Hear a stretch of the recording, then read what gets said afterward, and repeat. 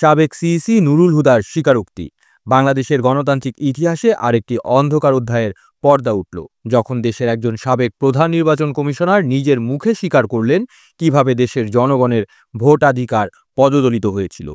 CEC হিসেবে দায়িত্ব পালনকারী কে এম নুরুল হুদা সম্প্রতি ঢাকার চিফ মেট্রোপলিটন ম্যাজিস্ট্রেট আদালতে ১৬৪ ধারায় স্বীকারোক্তিমূলক জবানবন্দি দিয়েছেন এবং সেই জবানবন্দিতে উঠে এসেছে চাঞ্চল্যকর কিছু তথ্য, যা শুধু ভোট নয়, একটি জাতির আস্থাকেও কাঁপিয়ে দিয়েছে। হুদার জবানবন্দি থেকে ২০১৮ সালের একাদশ জাতীয় সংসদ নির্বাচনে দিনের ভোট আগের রাতেই সম্পন্ন করা হয়েছিল। অনেক কেন্দ্রে ব্যালট বাক্স আগে থেকেই ভর্তি ছিল। এটা ছিল পূর্ব নির্ধারিত প্রক্রিয়া।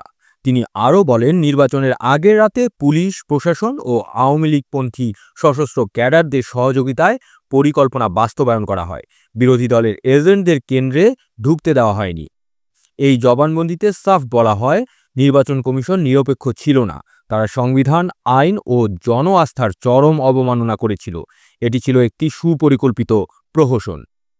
পুরনো নির্বাচনী ফুটেজ, ভোট কেন্দ্রের দৃশ্য, পুড়ে যাওয়া ব্যালট বাক্স, সাংবাদিকদের প্রতিবেদন। এই জবানবন্দি শুধু একজন ব্যক্তির নয়, এটি একটি ব্যবস্থার ব্যর্থতার স্বীকারোক্তি, যেখানে দায়িত্বশীলতা ও স্বচ্ছতা পরাজিত হয় রাজনৈতিক হস্তক্ষেপের কাছে।